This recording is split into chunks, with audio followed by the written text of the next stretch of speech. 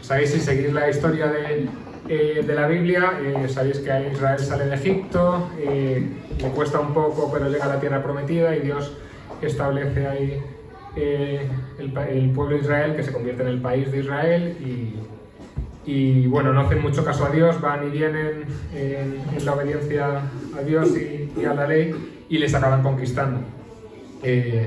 Se divide el reino en dos y tal, y los conquistan en dos partes. Pero cuando Babilonia conquista al reino de Judá, que es el que quedaba, ya se acaba, todos los judíos se van fuera del país. Además es un periodo muy duro para el pueblo de Israel, porque Babilonia no solo conquista a Israel, sino que además destruye el templo. Y el templo, como sabéis, para el pueblo de Israel era la presencia de Dios en el pueblo. Si se destruye el templo es como simbólicamente, bueno, simbólicamente para nosotros, para ellos casi físicamente es como si Dios hubiese abandonado ya el pueblo. Entonces, son momentos muy duros para Israel. Además, Babilonia se lleva a muchos como prisioneros, se lleva como exiliados a Babilonia, y los pone a trabajar para ellos. Entonces es una etapa en la que los judíos se ven en un contexto hostil, no solo para cada una de sus vidas, sino como pueblo, y se ven sometidos también a un poder político que les oprime y que les ha destruido el país y se los ha llevado. Entonces es un periodo de la Biblia que es muy interesante para nosotros para saber cómo podemos actuar cuando el contexto que nos rodea parece hostil a nuestra fe. Amén. Si me habéis visto alguna otra vez, ya sabéis que en verdad yo no soy predicador, que lo que soy es responsable de jóvenes, así que me gusta hacer cosas raras porque los grupos de jóvenes hacemos cosas raras. Así que quería que viésemos 3 capítulos de Daniel, pero claro, si me pongo aquí a contar o a leer en voz alta los 3 capítulos de Daniel, no acabamos nunca. Así que quería daros un tiempo para ver si en pequeños grupitos podéis leer, os voy a repartir los 3 capítulos y los leéis y me hacéis un pequeño resumen, contamos entre todos de qué van estos 3 capítulos y luego reflexionamos juntos sobre qué puede decirnos esto hoy, ¿vale? Entonces, por ejemplo... ¿Qué? Por ejemplo, por aquí os podéis partir por la mitad, como queráis, y por aquí leéis el capítulo de Daniel 1, y por allí el capítulo de Daniel 2, y por aquí el de Daniel 3, ¿vale? Lo podéis leer cada uno por vuestra cuenta y luego ponerlo en común, lo que quiero que nos contemos unos a otros es qué es lo que ocurre en ese episodio, ¿vale? En ese capítulo. Pues os dejo un ratillo y ahora volvemos. Vale, pues contarnos un resumen de qué ocurre en el capítulo para estar un poco todos en el mismo punto. El capítulo 1, ¿alguien nos quiere contar? Esto es lo que de alguna manera dice que el propósito de Dios era por algo, que entregó, dice el reino, a Nabucodonosor. Bueno, pero yo más me he centrado en el capítulo 8, ¿por qué? El verso 8, perdón. Porque decía que en ese mundo era hostil, ahora estamos en el mismo tiempo. Pero ¿de quién depende no contaminarse? Daniel dijo, no me contaminaré, no tanto por lo que era el alimento físico, sino porque él sabía de quién dependía y quién era el que estaba gobernando en él. Entonces él decide no contaminarse, igual que nosotros que estamos en este mundo, preferimos no contaminarnos, más no nos quitamos del mundo, pero no contaminarnos porque sabemos de quién dependemos. Por eso es mío, no sé si hermano se quiere apuntar.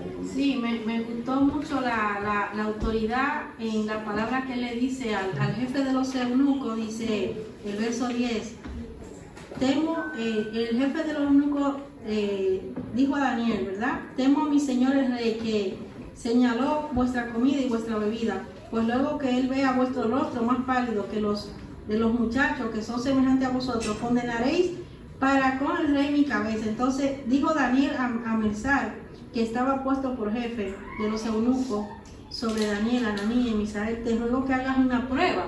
O sea, él va con seguridad de que Dios hará resplandecer su rostro a través de mi vida. Eso me ha encantado mucho. Vale, en este pasaje, seguro que conocéis la historia, es el primer capítulo de Daniel y nos presenta un poco que han llegado estos 4 amigos a Babilonia, no han ido de viaje ellos por sí mismos porque les gusta conocer el mundo, los han llevado prisioneros porque han conquistado Israel y entonces Nabucodonosor, el rey de Babilonia, se los ha llevado para allá, pero en vez de como esclavos o para labrar el campo, se los ha llevado para educarlos, están como una especie de universidad aprendiendo, para ponerlos a trabajar pero en puestos altos. Entonces los quiere alimentar con su misma comida. Y Daniel decide no contaminarse porque para él la comida del rey es una contaminación por su fe. El rey de Babilonia probablemente sacrificaba la comida a sus dioses y tenían todo un ritual, igual que ahora también los judíos siguen teniendo su propio ritual, o los musulmanes pues tenían su propio ritual, y para él y para sus amigos era contaminarse, y decidió no contaminarse y comer solo lentejas, y legumbres, lentejas y la familia, y le dice que lo pruebe, y lo prueban y funciona bien. Y entonces le dejan no contaminarse. Después viene el capítulo 2, que ¿alguien nos podéis contar qué ocurre en el capítulo 2? En el 2 Nabucodonosor tuvo un sueño y le quedó un poco preocupado, entonces convocó a como las personas sabias o los hechiceros o tal del pueblo, y lo que quería era que primero le contasen el sueño que tuvo y que luego se lo revelasen. Pero claro, nadie sabía contarle el sueño porque eso nada más lo sabía él, que lo había soñado, o si acaso algún dios, pero un humano no podía. Entonces tomó la decisión de matar a todos los sabios y hechiceros que había en el reino, pero cuando fueron a coger a Daniel preguntó qué estaba pasando para tomar esa medida. Entonces le contaron lo ocurrido y Daniel fue a hablar con Nabucodonosor para pedirle un poco de tiempo, que él iba a preguntárselo a su Dios. Y entonces Daniel recibió la revelación de Dios y se la fue a contar al rey, y gracias a eso pues Nabucodonosor cambió su perspectiva hacia Daniel y hacia su Dios. Es una estrategia muy inteligente por parte del rey, porque claro, si yo te cuento un sueño, cualquier persona se puede inventar cualquier cosa, y ahí ¿cómo sé yo si lo que tú me estás diciendo de tu interpretación de mi sueño es verdad o no? Exactamente. Vete tú a saber, pero si te pido que me digas el sueño que no te he dicho y que luego me lo interpretes, claro, si consigues saber mi sueño, entonces sí que lo que me digas después me lo voy a creer. Es muy, muy inteligente. Luego el sueño que tiene y que le interpreta va sobre su reino y cómo va a caer, y se van a levantar varios reinos detrás de él. Y bueno, hay toda una profecía ahí con un poco de tinte apocalíptica también. Pero bueno, eso no vamos a entrar tanto. Después viene el capítulo 3. Contadnos alguien un resumen de qué pasa. En el capítulo 3, el rey Nabucodonosor levanta una estatua para que todo el pueblo se postre ante la estatua.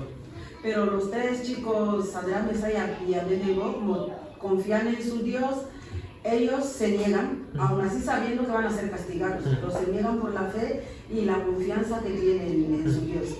Pues el rey les dice las consecuencias, lo que va a pasar, y ellos dicen que les da igual, aunque les echen en el pozo, ellos no dejarán de servir a su Dios y no se van a postrar ante nadie.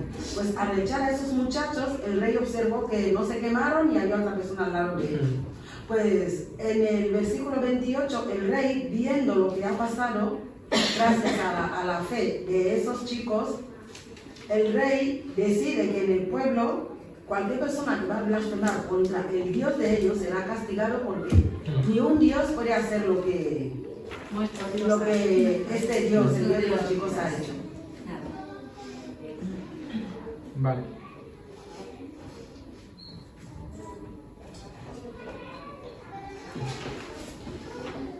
Este es de los pasajes más conocidos de Daniel, junto con el que luego viene más adelante de Daniel en el foso de los leones. pues muchas gracias por este resumen. Ahora, la pregunta es, ¿qué tiene que decirnos esto a nosotros hoy en día? Y hoy en especial, que pensando en política, en nuestros gobernantes, en nosotros como ciudadanos de Valdemoro, Aranjuez, Madrid, España. Y algo que tenemos en común con Daniel y sus amigos es que somos ciudadanos, pero nuestra ciudadanía es de otro sitio. Ellos estaban en Babilonia, hacían cierta vida de babilonios, de hecho tenían puestos, trabajaban y llegaban a gobernar como babilonios, pero ellos sabían que no eran, su origen no era Babilonia, ellos eran ciudadanos de Israel que habían sido deportados a Babilonia, y nosotros estamos un poco en la misma situación, somos ciudadanos españoles, pero sabemos que nuestra ciudadanía pertenece a Dios, que somos hijos de Dios y que nuestra primera identidad no es ser español o ser de Honduras, Venezuela, claro,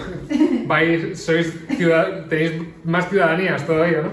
Pero la ciudadanía principal, nuestra identidad principal no es ser ciudadanos españoles o la que tengamos en nuestro DNI, sino que nuestra primera identidad es ser hijos de Dios y pertenecer al pueblo de Dios. Amén. ¿Y eso eso qué implica? ¿Y qué implicaba para ellos? Que ellos sabían que había un poder superior al rey de Babilonia. Ellos sabían que Dios estaba en control de todo. O sea, la máxima autoridad en Babilonia era el rey Nabucodonosor, pero ellos tenían claro que había alguien por encima de Nabucodonosor que tenía más poder. Es un poco como la canción que cantábamos hoy de Él es el rey, reina con autoridad. Pues ellos eran muy conscientes de que su Dios no había dejado de tener efecto por irse de Israel, no era un Dios local de Israel y aquí mandaba a otro, sino que Dios estaba en control. Y sabían que estaba en control por encima del poder político. Y eso se ve, por ejemplo, en vuestra historia, en el capítulo 3, cuando les mandan al horno de fuego. Ellos dicen, vale, la ley que has sacado dice que vamos al horno de fuego, pero sabemos que tenemos un Dios que es más poderoso que todo esto y que tiene autoridad por encima de ti, y si Él no quiere que muramos en el horno, no vamos a morir. También es muy interesante lo que dicen de que, aunque Dios no quisiese librarnos, nosotros estamos seguros de que no vamos a cumplir la norma que has puesto. Ellos saben que su obediencia se debe no a Nabucodonosor, no a Babilonia, sino a Dios, y que de hecho Dios tiene poder por encima de Nabucodonosor. Además, no solo lo vemos en este capítulo, sino que en verdad en todo el libro de Daniel es un libro profético, pero además dentro de ser un libro profético es un libro de profecía apocalíptica. No vamos a meternos en esos capítulos, pero si vais al final del libro de Daniel, el libro de Daniel te pone el contexto de lo que está pasando y de cómo están sufriendo los judíos y todo, pero te lo pone todo desde la perspectiva de que la última palabra siempre la tiene Dios y de que Dios va a intervenir en la historia y va a poner las cosas en orden. Entonces, algo que podemos aprender también de Daniel, de sus amigos y de todo el libro de Daniel, es ver las cosas con más perspectiva. No solo con perspectiva de nuestra vida, sino con la perspectiva de la eternidad, de que Dios al final está en control y Dios es el que pone todo en orden. Y ellos ya lo habían vivido, el pueblo de Israel, ya lo había vivido en Egipto, ya habían estado oprimidos por un poder que era Faraón, y ya habían vivido como Dios les había librado, y sabían cómo Dios puede intervenir en la historia. ¿Qué podemos aprender de todo esto de los amigos de Daniel? El no poner, por un lado, no poner nuestra confianza en los poderes de este mundo, y por otro lado, tampoco temer a los poderes de este mundo. Y digo no poner nuestra confianza porque a veces los cristianos podemos tener tendencia a poner nuestra confianza en cosas que no son Dios, y a veces nos venimos muy arriba, pensamos que hay partidos cristianos y en verdad, si lo analizamos, no hay partidos cristianos que defiendan los valores del reino de Dios. Hay hay partidos que parecen cristianos en un aspecto, por ejemplo, tienen la misma perspectiva que nosotros en temas de aborto, de sexualidad, pero luego, por ejemplo, no defienden cuidar a los extranjeros, que es un mandato bíblico de los más potentes para los gobernantes. Sin embargo, los que sí defienden a los extranjeros están totalmente opuestos a nosotros en cuestiones de sexualidad, en cuestiones de defensa de la vida.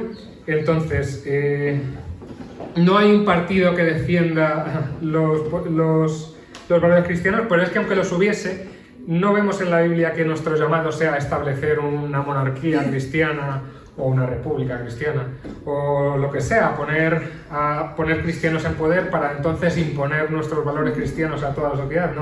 No hay nada de eso en la Biblia, y de hecho en el Nuevo Testamento, luego cuando leemos, lo intentan con Jesús. Hay un momento que el pueblo se viene arriba y dice: vamos a nombrar a Jesús rey, y Jesús se va corriendo para evitarlo. Entonces lo que nos enseña el libro de Daniel, el libro de Daniel no habla de una rebelión. Los amigos de Daniel no son unos rebeldes que van a asaltar el poder en Babilonia para conseguir imponer los valores judíos, o no es una resistencia política, sino que son personas que confían, que saben cuál es su ciudadanía, que confían en quién tiene el poder sobre la historia, que saben que Nabucodonosor va a pasar, igual que todos han pasado, pero que Dios permanece. Entonces, para nosotros nuestra esperanza no debe de estar en tal partido político o tal otro. Puedes votar a quien quieras, pero tu esperanza es Dios, y tu confianza debe de estar en que Dios está en control de todo, aun cuando no lo parece. Imaginaros estar rodeado de fuego en el horno, si no era para pensar que Dios había perdido el control, pero no, sabemos que Dios nunca pierde el control y que está por encima de todo. Pero además no es solo que no pongamos nuestra confianza en los poderes de este mundo, sino que tampoco les temamos, porque sabemos que como en esta historia, Dios está sobre todo. Y nuestra confianza en Dios además debe ser como la que tenían los amigos de Daniel. Sería como tenemos que confiar en el aunque, como decían ellos. Sabemos que Dios nos puede librar, pero aunque no nos libre, sabemos que no vamos a cumplir esta ley que es injusta. Es curioso, además, cómo los amigos de Daniel y Daniel están en un entorno hostil que va contra sus valores, pero justo en esa persecución que sufren, por ejemplo, los amigos de Daniel en el horno de fuego, o cuando les intentan matar en el capítulo 2, o cuando les intentan imponer una alimentación que va contra ellos, esa persecución que sufren, lo que acaba teniendo como consecuencia es que Dios se manifiesta a los gobernantes políticos. En el capítulo 3 el rey Nabucodonosor pasa de querer que todo el mundo le adore a él y a su estatua que ha construido, gracias a la persecución que han sufrido los amigos de Daniel y al testimonio que dan, a Nabucodonosor reconocer que su Dios es real. Lo vemos ahí, lo vemos en el capítulo 2, cuando van a matar también a Daniel, pero a raíz del testimonio que dan, el Nabucodonosor también se convence de quién es el Dios de Daniel. Y lo vemos en el capítulo 1, con el que está mandando sobre ellos, que también son de testimonio para ellos. Entonces, aún si no nos gusta el gobierno que toca, aún si nos parece que es totalmente contrario a Dios, nuestra forma de actuar en medio de ese contexto hostil puede hacer, no que cambie de gobierno o sí, pero lo más importante puede hacer que nosotros seamos de testimonio para esa gente. Entonces, no creo que lo que nos enseña estos textos no es de ver, vamos a quitar a este y vamos a poner a otro, sino de qué forma puedo yo ser luz en medio de esta circunstancia y mostrar a Dios en este contexto. Entonces no tenemos que confiar en los poderes políticos de este mundo, nuestra confianza no debe estar en ellos, ni tampoco debemos de temerlos. Pero hay otra cosa que nos enseña este texto, y es que la consecuencia de esto no es, vale, pues nos despreocupamos de política como el reino de Dios va de otra cosa que no va de política, pues que otros decidan por mí y ya está. Yo me dedico a la iglesia y a hablar de Dios y ya está. En Jeremías 29:7, que es un versículo muy conocido y además el contexto es justo es el contexto del exilio. Y entonces los israelitas estaban luchando un poco porque, claro, les habían llevado presos y les habían llevado presos paganos, gente que no creía en Dios y a los que supuestamente pues ellos tenían que haber vencido. Y entonces ellos tenían el anhelo de volver y a ver si acabamos ya con esta Babilonia cruel y tal, y Dios les da una palabra y les dice, Jeremías 29:7, procurad la paz de la ciudad a la cual os hice deportar, y rogad por ella al Señor, porque en su paz tendréis vosotros paz. Y lo vemos en la historia de Daniel también. El mensaje no es, bueno, pues nos despreocupamos y ya que este mundo que acabe ardiendo, porque total, sino que Dios nos ha puesto aquí para preocuparnos por la ciudad. Nuestra confianza no está en los poderes de este mundo, pero nuestra responsabilidad es procurar que esta ciudad vaya lo mejor que pueda estar y contribuir en todo lo que podamos. Así que Dios nos llama también no a despreocuparnos, sino a ser buenos ciudadanos y a buscar lo mejor para nuestra ciudad, para nuestra región, para nuestro país. Y no dice que busquemos lo mejor para nosotros en la ciudad, dice que busquemos lo mejor para la ciudad. Me explico, no se trata de buscar poner a alguien en el gobierno que nos vaya a dar un local para la iglesia, no se trata de buscar a un partido que nos vaya a bajar los impuestos como iglesia, que nos quite los impuestos, se trata de buscar lo mejor, que estaría muy bien, si lo encontramos, perfecto. Pero lo que dice es busca el bien de la ciudad, no es busca tu propio bien en la ciudad, es busca para tus vecinos, para los que te rodean, busca lo mejor para ellos. Y como cristianos, ¿qué podemos hacer? Los cristianos pueden estar en política, no es algo que no vaya con nosotros, pero siempre teniendo en mente que nuestra confianza y nuestra obediencia es a Dios. Los amigos de Daniel estaban metidos en política, estaban como gobernantes sirviendo al rey que había profanado el templo de Dios. O sea, para que os hagáis a la idea de la situación. O sea, el peor gobernador que te podrías imaginar, el que se ha cargado el templo, ellos estaban ahí sirviéndole y haciéndolo bien para procurar que sus ciudadanos, que sus vecinos fuesen lo mejor posible. Así que nosotros también podemos votar sabiamente, votar en oración y sobre todo podemos y debemos, porque la Biblia nos lo manda, orar por los gobernantes. Amén. Y ayudar en lo que sea posible para que a nuestros vecinos, para que nuestra ciudad vaya a lo mejor.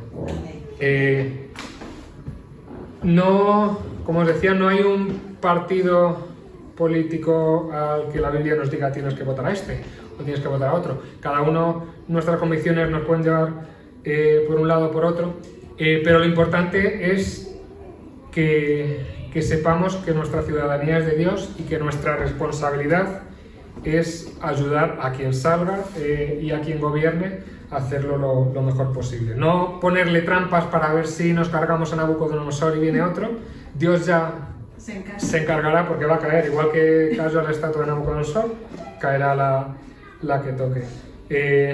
Pero nuestro deber es trabajar también para procurar el bien de la ciudad en la que Dios nos ha puesto. Y sobre todo, yo creo que el papel más importante que tenemos es el de pacificadores.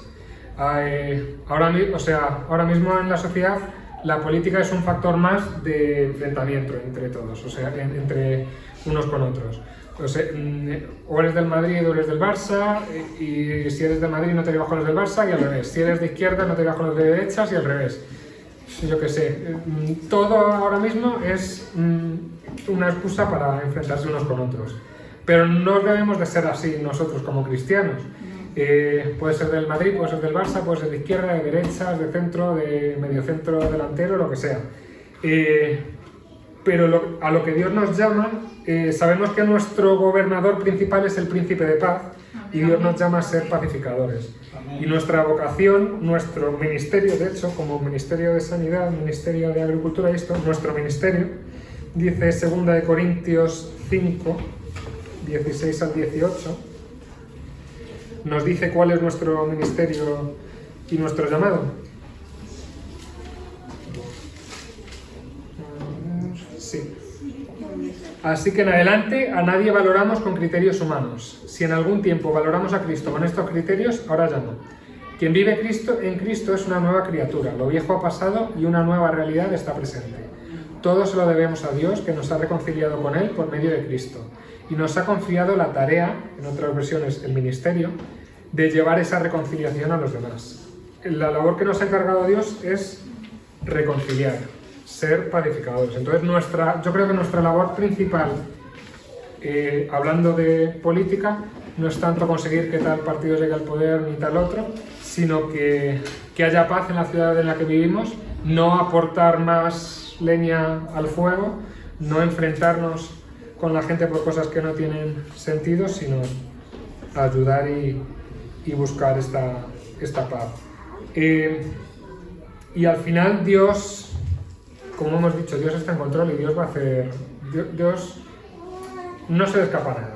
Y Dios va a intervenir como Él quiera y hará que pasen reinos, que pasen gobiernos y se cumplirá su voluntad. Y de hecho lo vemos en la historia de Daniel, van pasando reyes y llegas y cuando cambias de libro y vas a Esdras, ves que llega un rey que dice y que permite que los judíos vuelvan a su hogar y que vuelvan a reconstruir el templo. Y es un dios y es un rey también pagano y que nadie podía esperar nada de él, pero Dios cuando quiere y como quiere interviene. Y esa debe ser nuestra confianza también. Y seguir el modelo de ser pacificadores, lo vemos también en esta historia. En el capítulo 1, que era el vuestro, les dan un mandato que va en contra de sus valores. Les dicen, tenéis que comer esta comida. Y ellos, por sus valores, por lo que Dios quiere de ellos, saben que no deben comer de esa comida. ¿Pero qué hacen? ¿Montan una manifestación, una huelga de hambre, se rebelan ahí con todos los presos para atacar a los gobernadores? No. Se preocupan cuando el jefe les dice, pues comed lo que queráis, pero es que a mí me van a cortar la cabeza cómo vaya mal esto. Se preocupan por él y deciden, vale, no voy a pasar por ahí porque vuestra ley es injusta y no la voy a cumplir, pero tampoco voy a buscar aquí un enfrentamiento y acabar con todo y me da igual lo que te pase, sino que son firmes en sus convicciones, pero pacificadores. Y eso es, creo que a lo que nos llama Dios hoy y a lo que nos llama Dios mañana, cuando ya se vean los resultados, y a lo que nos llama Dios cada día. Y eso es a lo que os quería invitar. Quería acabar leyendo unos versículos que están en Daniel 2, que es la oración que hace Daniel cuando les quieren matar y ve que la única forma de librarse es decirle al rey su sueño. Hace esta oración y creo que es muy bonita. Dice, sea bendito el nombre de Dios para siempre jamás, porque suyos son el poder y la sabiduría. Él cambia los tiempos y las edades, Él quita reyes y pone reyes, da la sabiduría a los sabios y la ciencia a los entendidos. Él revela lo profundo y lo escondido, conoce lo que está en tinieblas y con Él mora la luz. Amén. Pues en este tema, en política, como en todo en nuestra vida, nos encontramos en una especie de equilibrio difícil de balancear, porque por un lado tenemos que confiar totalmente en Dios y en su soberanía y saber que Dios está por encima de todo y hace y va a cumplir su voluntad de cualquiera de las maneras, pero por otro lado a la vez que eso tenemos que aceptar nuestra responsabilidad, ser buenos ciudadanos, buscar el bien de la ciudad, buscar el bien de nuestros vecinos, ser pacificadores. Entonces, como en nuestra vida siempre es balancear la confianza total en Dios con la responsabilidad que Dios nos ha dejado de hacer nuestra parte también. Amén. Y ahora, si os parece, voy a acabar orando, podemos acabar orando un rato todos.